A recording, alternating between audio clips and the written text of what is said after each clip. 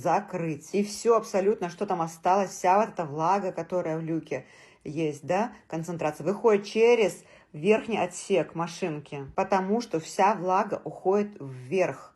Но когда вы открываете эту дверцу и оставляете в таком виде, посмотрите, какая влага там скапливается внутри. Надеюсь, камера хорошо передает. Вот остатки воды. Ведь вся влага концентрируется внизу и оседает вниз. И таким образом у машинки изнашиваются все детали. Детали начинают ржаветь, перетирать друг друга и ломаться. Поэтому, говорит, ваши стиралки быстро выходят из строя. И для того, чтобы они служили у вас всю жизнь, сверху после стирки оставили чуть-чуть открытый этот отсек.